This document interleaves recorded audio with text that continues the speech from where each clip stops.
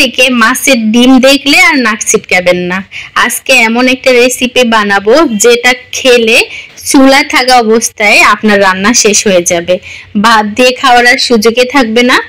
আজকে আমি মাছের ডিম দিয়ে খুবই মজাদার একটা রেসিপি বানাতে চলেছি।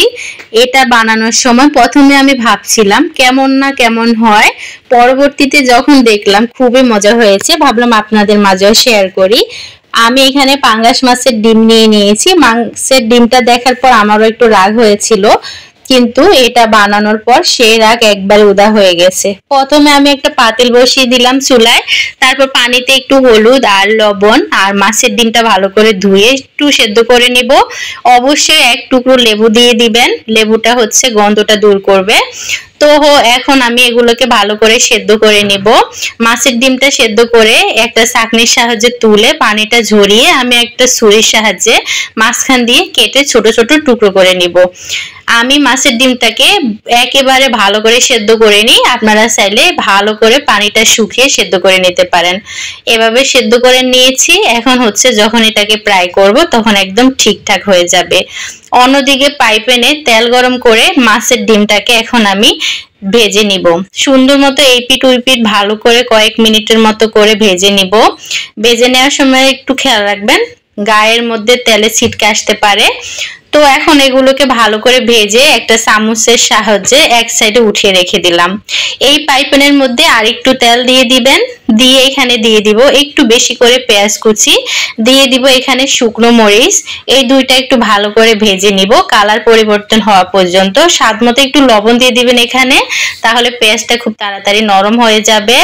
তো এগুলো হচ্ছে একটু বাদামি কালার হয়ে আসা পর্যন্ত অপেক্ষা করতে করতে এখানে আমি যে মশলাগুলো দিয়ে দিব সেগুলো হচ্ছে হলুদ গুঁড়ো, মরিচের গুঁড়ো, ধনিয়া গুঁড়ো, জিরা গুঁড়ো, এই সব কিছু দিয়ে দেব।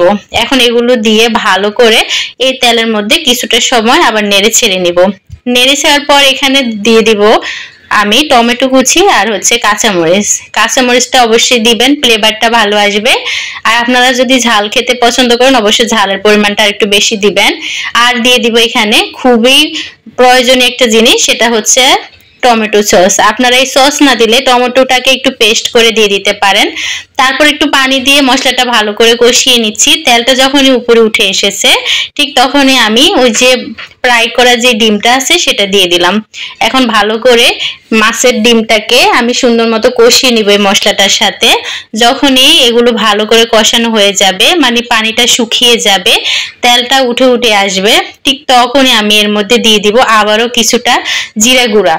তারপর দিয়ে দিবে এখানে ধনিয়া পাতা। ধনিয়া পাতাটা দেওয়ার চেষ্টা করবেন, ফ্লেভারটা খুবই ভালো আসবে।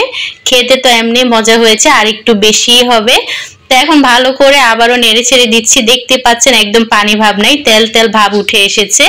এরই মধ্যে গরম গরম ভাতের সাথে খেয়ে দেখবেন, নয়তো শুধু শুধু চামচ দিয়ে খেয়ে দেখেন কি যে মজা লাগছে। আমি এই ফার্স্ট এই রেসিপিটা করেছি, আমার হাজবেন্ড বলেছে খুবই মজা হয়েছে। তাই আমি ভাবলাম আরেক টুকরো ডিম আছে সেটাও আমি এভাবেই রান্না করব। আসলে খুব মজা হয়েছে, মাছের চাইতেও ডিমটা বেশি মজা লেগেছে। আপনাদের কাছে ভালো লাগলে অবশ্যই কমেন্ট করে